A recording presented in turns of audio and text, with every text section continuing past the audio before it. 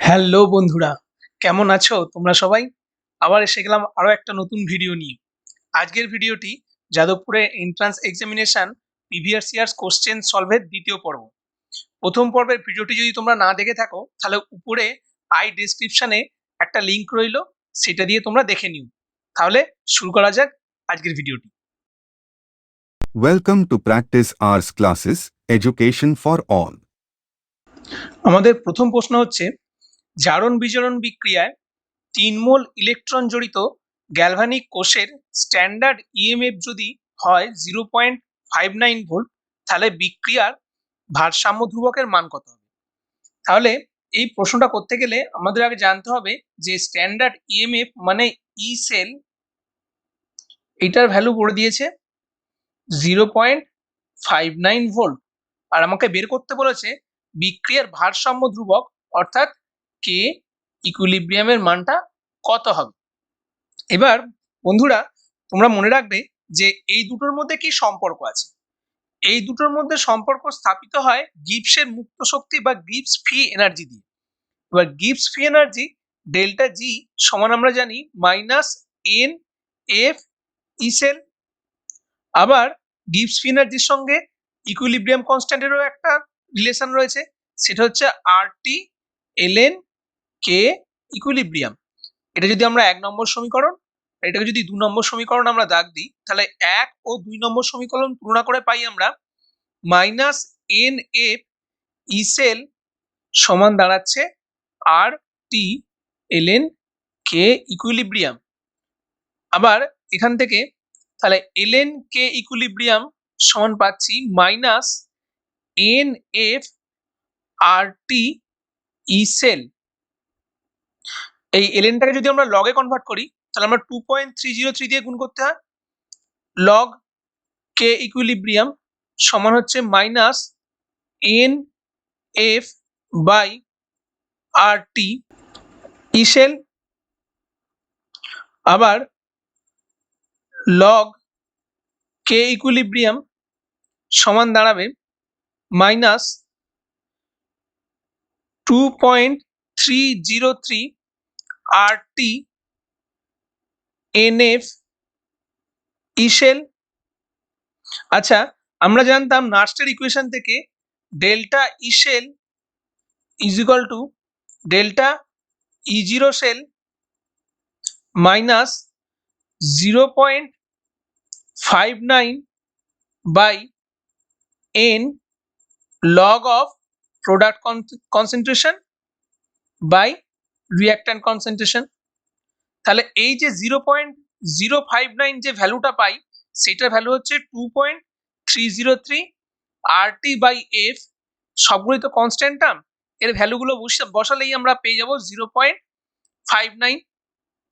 তাহলে এখান থেকে আসবে হচ্ছে মাইনাস এন এর ভ্যালুটা বলে দিয়েছে কি 3 মোল ইলেকট্রন জড়িত আছে, মানে এন এর ভ্যালু হচ্ছে 3 বাই 0.59 ইন্টু ইসেল বলে দেওয়া আছে।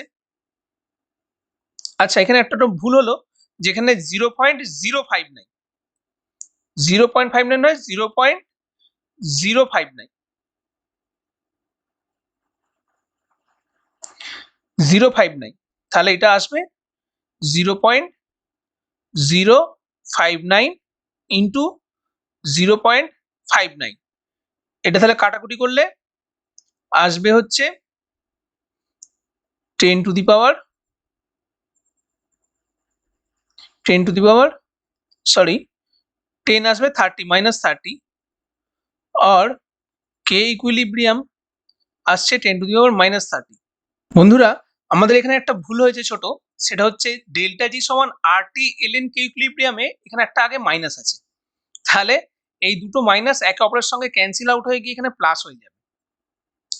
প্লাস হয়ে গেলে তা এখানে আসবে হচ্ছে কে ইকুইলিব্রিয়াম এর ভ্যালুটা আসবে 30, আর কে ইকুইলিব্রিয়াম যদি 30 ভ্যালু হয় তাহলে লগ কে ইকুইলিব্রিয়ামের ভ্যালু যদি 30 হয় তাহলে কে ইকুইলিব্রিয়ামের ভ্যালুটা হবে 10 টু দি পাওয়ার 30। তাহলে আমরা এখানে অপশন ডি হয়ে যাবে কারেক্ট অ্যান্সার। তা বন্ধুরা মনে রাখবে যে এখানে দুটো সাইনই কিন্তু নেগেটিভ হয়, মানে delta G is equal to minus n F E cell, আবার delta G equal to minus R T ln K equilibrium, দুটোতেই মাইনাস চিহ্ন আছে, তাই এরা একে অপরের সঙ্গে ক্যান্সেল আউট হয়ে যাবে। ঠিক আছে বন্ধুরা, এবার আসি নেক্সট কোশ্চেনে। বন্ধুরা আমাদের নেক্সট কোশ্চেনটাও এসেছে ইলেকট্রোকেমিস্ট্রি থেকে।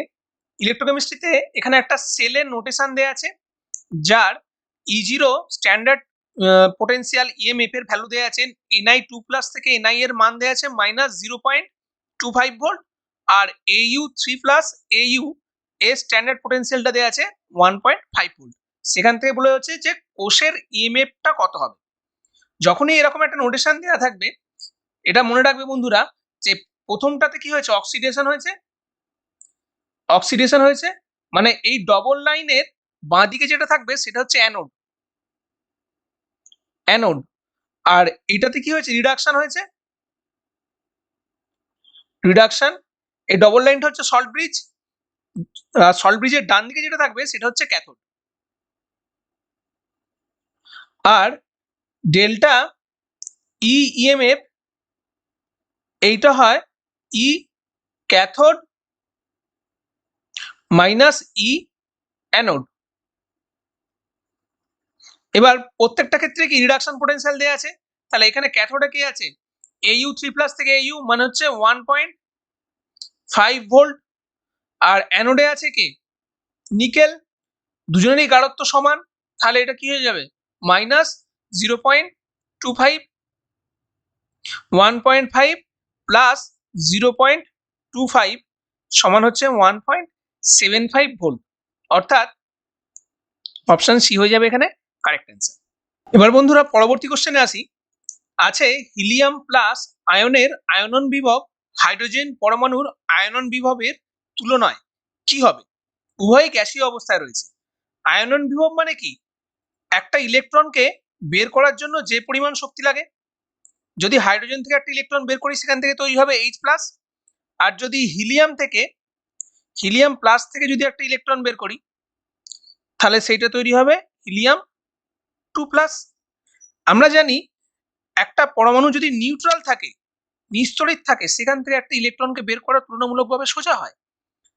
দেন যদি সেই পরমাণুটা অলরেডি একটা পজিটিভ চার্জ থাকে, এখানে কি হিলিয়াম একটা অলরেডি পজিটিভ চার্জ রয়েছে, তার থেকে একটা ইলেকট্রন যদি বের করতে চাই, তাহলে এর মধ্যে একটা ইলেকট্রোস্ট্যাটিক ফোর্স আছে যেটা পজিটিভ আর নেগেটিভ চার্জের মধ্যে ক্রিয়া করছে, সেটাকে অতিক্রম করতে হবে, এবং এই অতিক্রম করার জন্য একটা কি এক্সট্রা এনার্জি লাগবে, যার জন্য এই হিলিয়াম প্লাসের আয়নন বিভব হাইড্রোজেনের তুলনায় কিন্তু অনেক বেশি হবে। তাহলে এইটা হয়ে যাবে কিন্তু বেশি, অপশন ডি হয়ে যাবে কারেক্ট অ্যান্সার। বন্ধুরা এবার যদি পরবর্তী কোশ্চেনে আসি, পরবর্তী কোশ্চেনে আছে BF3 একটি লুইস অ্যাসিড, কারণ অপশন এ বি একটি ছোট পরমাণু, অপশন বি এফ অত্যন্ত তড়িৎ-ঋণাত্মক, অপশন সি বি এর কম শক্তির ফাঁকা পি উপকক্ষ আছে, আর ডি হচ্ছে বি একটি অধাতু। আমরা জানি লুইস অ্যাসিড তাদেরই বলবো যারা ইলেকট্রন জোড় গ্রহণ করতে পারবে।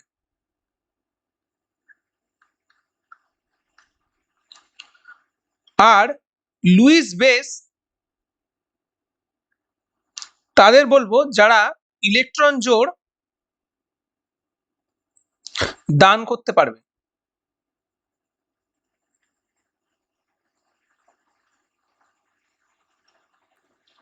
তাহলে এখানে বোরনের যদি দেখি, boron 5 electronic configuration 1s2 2s2 2p1, তাহলে এখানে হয় কি p অরবিটালের s অরবিটাল 2s, এটা 2s অরবিটালে দুটো ইলেকট্রন আছে, আর p অরবিটালে কি একটা ইলেকট্রন আছে।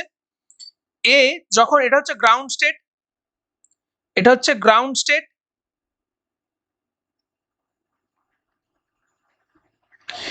এ যখন বন্ডিং এ অংশগ্রহণ করবে তখন এ যাবে এক্সাইটেড স্টেটে, এবং এক্সাইটেড স্টেটে হওয়ার জন্য এখান থেকে 2s থেকে একটা ইলেকট্রন জাম্প করে এই 2p তে আসবে।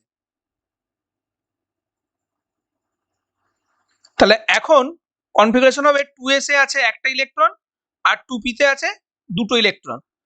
তাহলে এই একটা s আর দুটো p একসঙ্গে মিলিত হয়ে sp2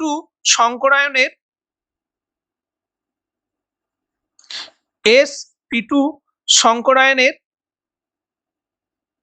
তিনটে অরবিটাল তৈরি করবে, যার সঙ্গে প্রত্যেকটার সঙ্গে ফ্লুরিন যুক্ত থাকবে তাদের p অরবিটাল দিয়ে। তাহলে এখানে কি একটা আনহাইব্রিডাইজড 2pz কক্ষ পড়ে থাকবে, আর এখানে থাকবে কি 1s যেখানে দুটো ইলেকট্রন আছে।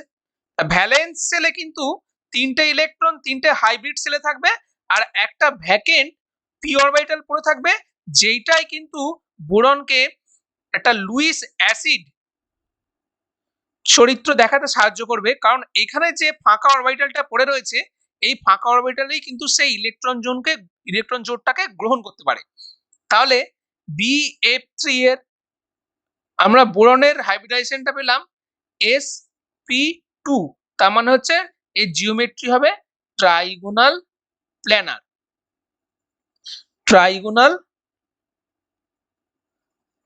জিওমেট্রি হবে।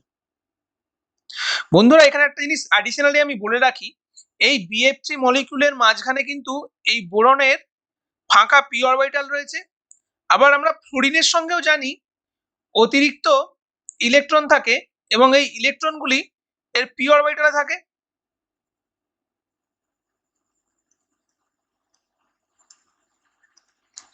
ফ্লুরিনের p অরবিটালে থাকে।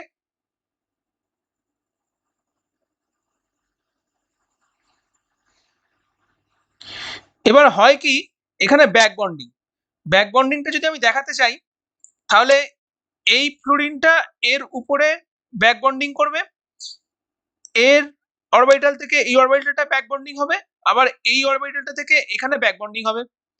সিমিলারলি নিচের অরবিটালগুলো এই অরবিটালটা এখানে ব্যাক বন্ডিং করবে, এই অরবিটালটা এখানে ব্যাক বন্ডিং করবে, আর এখানে থেকে এখানে ব্যাক বন্ডিং হবে। মানে এই ফ্লুরিনের মাথায় ইলেকট্রন জোড়গুলো বোরনের কিন্তু ফাঁকা p অরবিটালে দান করবে, যার জন্য বোরনে এখন কি ইলেকট্রনের ঘনত্ব বেড়ে যাবে। তাহলে BF3 লুইস অ্যাসিড হিসেবে কাজ করলেও কিন্তু এর স্ট্রং লুইস অ্যাসিড হিসেবে কাজ করতে পারে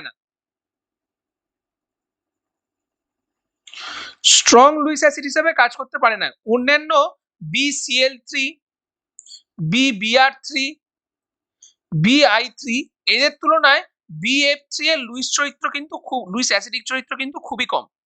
তার কারণ হচ্ছে এখানে 2p ব্যাক বন্ডিং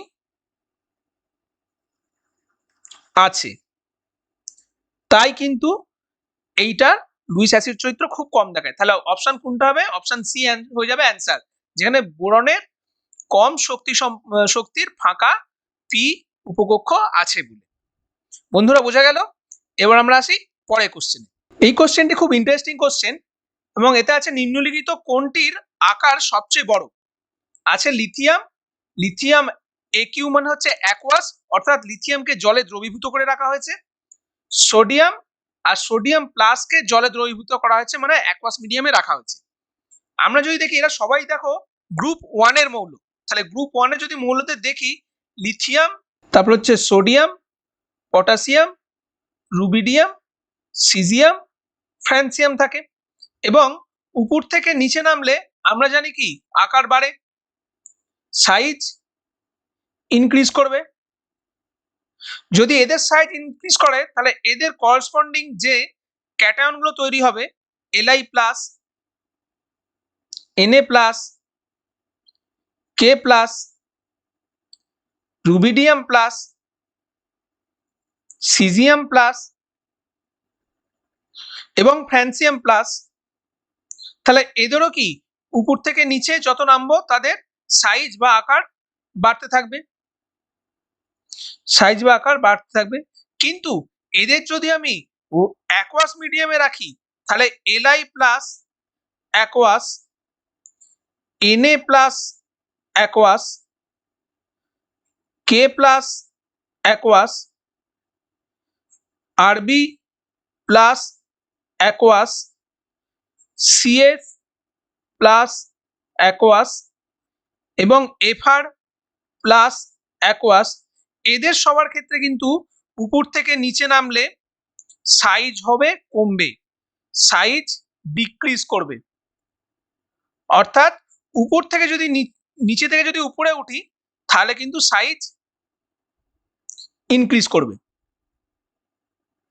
তার কারণ এদের প্রত্যেকের ক্ষেত্রে কি চার্জ রয়েছে ইউনিট চার্জ, ইউনিট চার্জ মানে 1 ইউনিট করে চার্জ রয়েছে। এদের ক্ষেত্রে আমরা দেখব চার্জ ডেনসিটি কত হয়, চার্জ ডেনসিটি তার মানে হচ্ছে amount of charge divided by volume.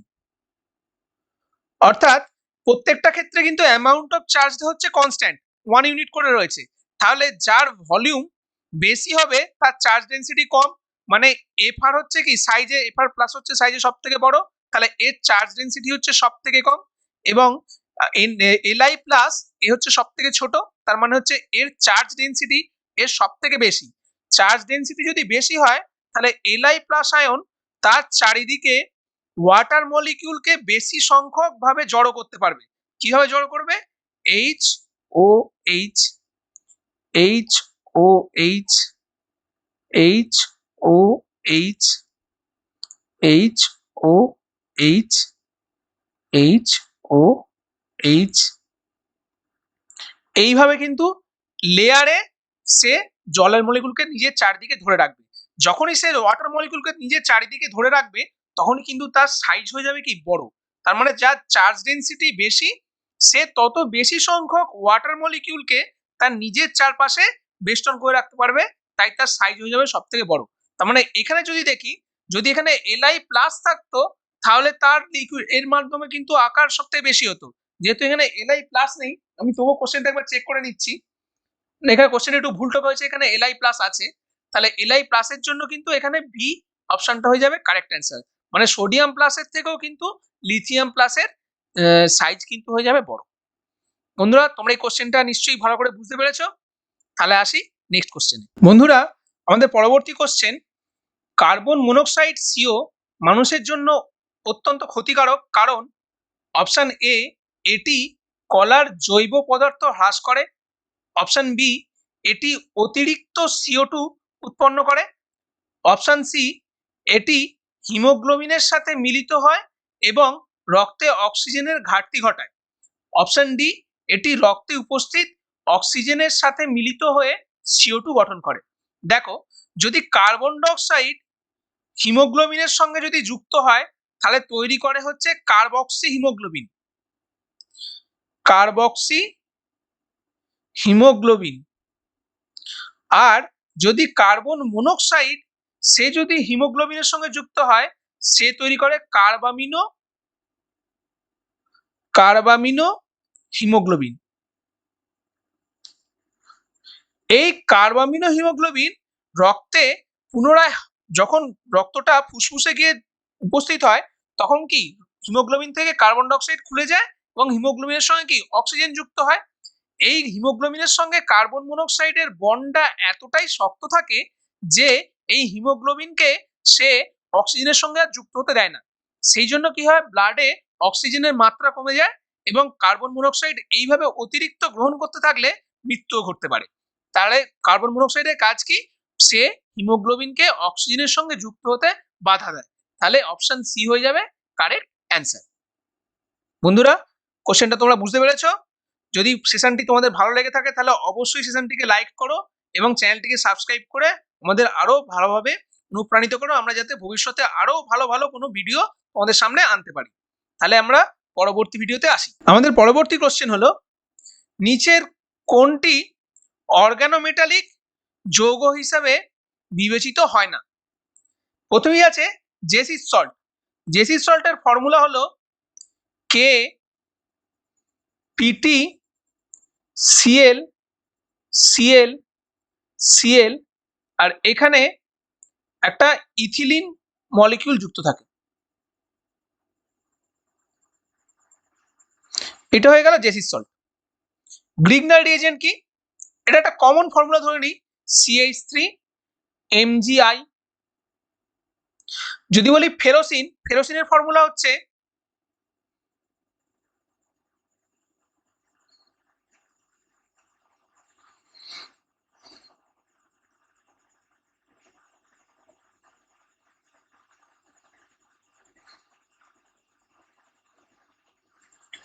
এইভাবে সাইক্লো পেন্টাডাইনাইল সিস্টেম আয়রন দ্বারা যুক্ত থাকে, ব্রিজিং থাকে, সেটাকে বলা হচ্ছে ফেরোসিন। আর সিসপ্ল্যাটিন এইটার ফর্মুলা হচ্ছে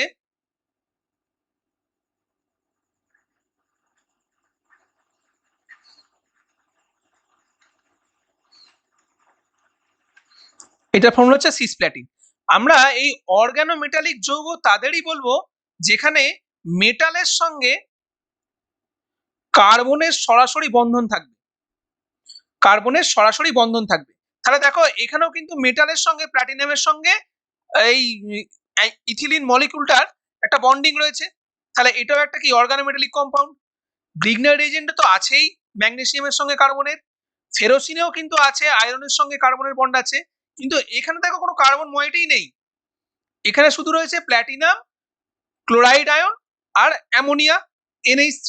তাহলে এখানে কোনো কার্বন নেই, তাহলে সিসপ্ল্যাটিন কি হয়ে যাবে, এটা একটা অর্গানোমেটালিক কম্পাউন্ড না। বোঝা গেছে বন্ধুরা? তাহলে আমরা পরের কোশ্চেনে আসি। বন্ধুরা এই কোশ্চেনটি এসছে একটি রেডক্স থেকে। রেডক্সের বলে দিয়েছে যে নিম্নলিখিত রেডক্স বিক্রিয়ায় ম্যাঙ্গানিজের জারণ অবস্থার পরিবর্তন কি হয়। দেখো MnO4 মাইনাস এইটা বিক্রিয়ক পদার্থ হিসেবে রয়েছে, তাহলে এতে ম্যাঙ্গানিজের জারণ স্তর কত, ধরে নিলাম X। তাহলে X প্লাস অক্সিজেনের এক একটা অক্সিজেনের -2 করে হয়, কটা আছে, 4টে আছে। ওভারঅল আয়নটার চার্জ কত, -1। তাহলে X এর মান দাঁড়ালো +7। তাহলে এখানে ম্যাঙ্গানিজ কত, +7 অক্সিডেশন স্টেটে রয়েছে। তাহলে এখানে দেখো অলরেডি অপশন সি হলো না, অপশন ডি হলো না, এ আর বি এর মধ্যে হতে পারে। তাহলে MnO2 যদি দেখি তাহলে এরও X ধরে নিলাম, তাহলে X প্লাস -2 × 2 সমান হচ্ছে কি, এখানে টোটাল চার্জ কত, 0, কারণ এ মলিকুলার ফর্মে রয়েছে। তাহলে X সমান হচ্ছে +4, অর্থাৎ +7 থেকে +4-এ বিজারণ ঘটেছে। তাহলে +7 থেকে +4-এ বিজারণ, অপশন বি হয়ে যাবে কারেক্ট অ্যান্সার। বন্ধুরা এই প্রশ্নটি খুব ভালো প্রশ্ন।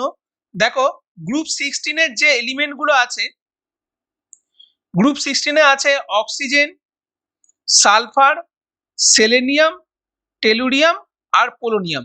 এখানে পোলোনিয়াম বাদ দিয়ে বাকি সবারই দেখো একটা করে হাইড্রাইড তৈরি করে, H2O, H2S, H2Ac আর H2TE। তাহলে বন্ধুরা আমাদের এবার এটা মনে রাখতে হবে যে এই গলনাঙ্ক এবং স্ফুটনাঙ্ক এটা কার উপর নির্ভর করে, এটা নির্ভর করে পরমাণুর যে কেন্দ্রীয় পরমাণুটা রয়েছে তার পারমাণবিক ক্রমাঙ্কের উপর, পারমাণবিক ক্রমাঙ্কের উপর নির্ভর করে। এবং পারমাণবিক ক্রমাঙ্ক যার যত বেশি তার স্ফুটনাঙ্ক তত বেশি।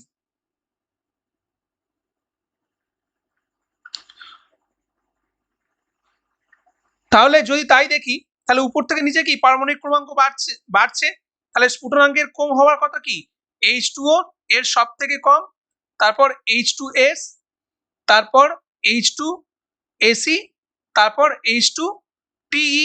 এইটা হচ্ছে কি জেনারেল ট্রেন্ড, এটা হওয়া উচিত, কিন্তু এটা হয় না। তার কারণ হচ্ছে অক্সিজেনের তড়িৎ জলে এতই বেশি এবং অন্যান্য এই গ্রুপের অন্যান্য পরমাণুর তুলনায় যে এ অনেকগুলো জলের পরমাণুকে নিজেদের মধ্যে হাইড্রোজেন বন্ধনের মাধ্যমে বেঁধে রাখতে পারে, এবং একটা জলের পরমাণু তার পার্শ্ববর্তী 4টে জলের পরমাণুর সঙ্গে হাইড্রোজেন বন্ধন গঠন করে একটা নেটওয়ার্ক তৈরি করে, যার জন্য এই সমস্ত হাইড্রাইডগুলির মধ্যে একমাত্র ওয়াটার এই লিকুইড স্টেটে থাকে, বাকি সব কটাই কিন্তু গ্যাসিয়াস স্টেটে থাকে। এই লিকুইড স্টেটে থাকার একমাত্র কারণ হলো এদের আন্তঃআণবিক আকর্ষণ বল, যেটার কারণ হলো এই ওয়াটার মলিকুলের মধ্যে উপস্থিত অত্যধিক পরিমাণে হাইড্রোজেন বন্ডিং। যদি তাই হয় তাহলে এই ওয়াটার মলিকুলকে কি বয়েল করতে অনেক বেশি টেম্পারেচার লাগবে, তার মানে এদের সবার থেকে বেশি হয়ে যাবে কি ওয়াটার, মানে এইটা চলে আসবে একদম পুরো প্রথমে। H2O হচ্ছে সব থেকে বেশি, তারপর বাকি ট্রেনটা বজায় থাকবে, মানে H2O সব থেকে বেশি, তারপর H2TE, তারপর H2AC এবং সবার কম হচ্ছে H2S, অর্থাৎ অপশন ডি হয়ে যাবে কারেক্ট অ্যান্সার। বন্ধুরা, আমাদের পরবর্তী প্রশ্ন একটি খুব সুন্দর প্রশ্ন, এটা কমপ্লেক্স কেমিস্ট্রি থেকে এসেছে। দেখো, নিম্নলিখিত যৌগগুলির মধ্যে সম্ভাব্য আলোক সক্রিয় যৌগটি কোনটি? দেখো, এখানে চারটে কমপ্লেক্স দেয়া আছে। প্রথমে আমাদের জানতে হবে কারা আলোক সক্রিয়তা দেখায়, কোন কোন কমপ্লেক্স আলোক সক্রিয়তা দেখায়। যাদের মধ্যে সিগমা প্লেন অফ সিমেট্রি থাকে না, তারাই কিন্তু আলোক সক্রিয়তা বা অপটিক্যাল অ্যাক্টিভিটি দেখাবে। সিগমা প্লেন অফ সিমেট্রিটা কি? এমন একটা প্লেন যেটা মলিকিউলটাকে সমান দুই ভাগে বিভক্ত করে দেবে, এই ধরনের প্লেনকে আমরা বলবো সিগমা প্লেন। যদি সিগমা প্লেন থেকে যায় তাহলে সেই কম্পাউন্ডটা হয়ে যাবে অপটিক্যালি ইনঅ্যাক্টিভ, আলোক নিষ্ক্রিয়। আর যদি কোনো সিগমা প্লেন না থাকে, অর্থাৎ কমপ্লেক্সটার মধ্যে যদি কোনো সিমেট্রি না থাকে, তাহলে সেই কমপ্লেক্সটা হয়ে যাবে আলোক সক্রিয়। এবার দেখা যাক প্রথম কমপ্লেক্সটার স্ট্রাকচারটা কিরকম হবে। যদি আঁকি প্রথম কমপ্লেক্সটার স্ট্রাকচারটা, বুঝতেই পারছো এদের সকলের কোঅর্ডিনেশন নাম্বার 6। তার মানে H2O, তাকে ধরে দিলাম এখানে H2O আছে, এখানেও H2O আছে, এখানে অ্যামোনিয়া আছে, এখানে অ্যামোনিয়া আছে,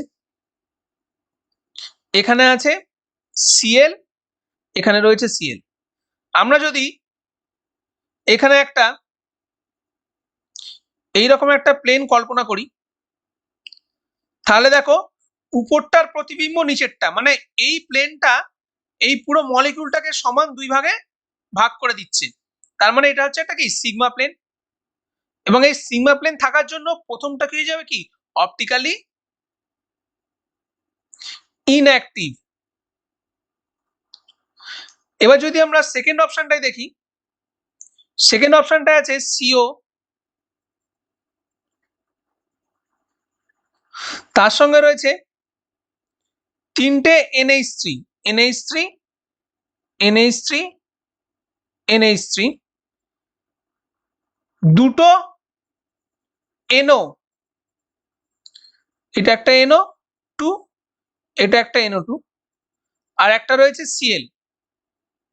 তাহলে দেখো এখানে কিন্তু কোনোভাবেই এইটাকে দুটো ভাগে ভাগ করা যাবে না, এই মলিকিউলটাকে কোনোভাবেই দুটো ভাগে ভাগ করা যাবে না।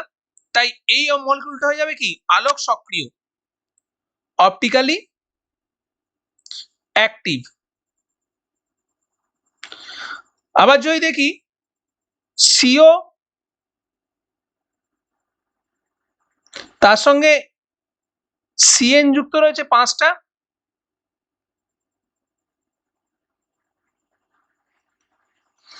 আর উপরে রয়েছে NC আইসোসায়ানাইড, আর নিচে রয়েছে আবার CN। তাহলে বুঝতেই পারছো যে এখানে যদি আমি একটা এইরকম একটা প্লেন কল্পনা করি,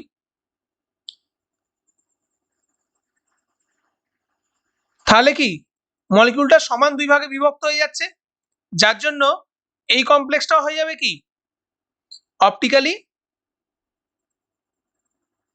ইনঅ্যাক্টিভ। অবশিষ্ট রইল এইটা,